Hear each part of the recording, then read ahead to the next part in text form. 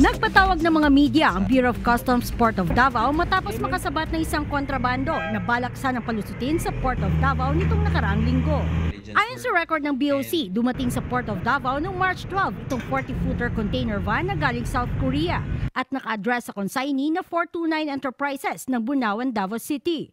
Pero bago pa man makuha ang container van, hinarang na ng BOC. Hindi idineklara ng maayos ang laman ng container van.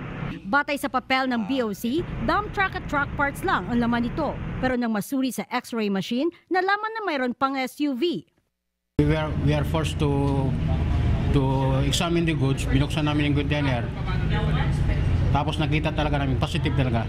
Nang binuksan kanina ang container van, unang lumabas ang 10-wheeler dump truck at saka tumambad ang isang SUV na Hyundai Terracan na ipinatong sa truck parts. Pagtanawon lang nimo, abrihan nimo ang container, there's really no way for you to be able to determine what is inside. And wala siya gi-declare sa ilahang goods declaration na gi-file in the Bureau of Customs. Ipapatawag umano ng BOC ang consignee ng container van na ito. Nag-issue na rin ng warrant of seizure and detention ng BOC para hindi na makuha ng consignee.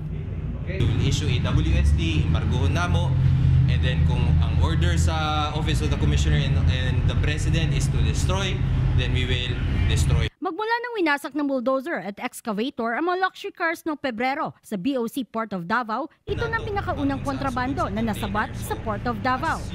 Matagal na nagbigay ng warning ang BOC sa mga nagnanais magpalusot ng mga kontrabando na itigil na ito dahil hindi nila ito sasantuhin. Roda Hernandez para sa Bayan.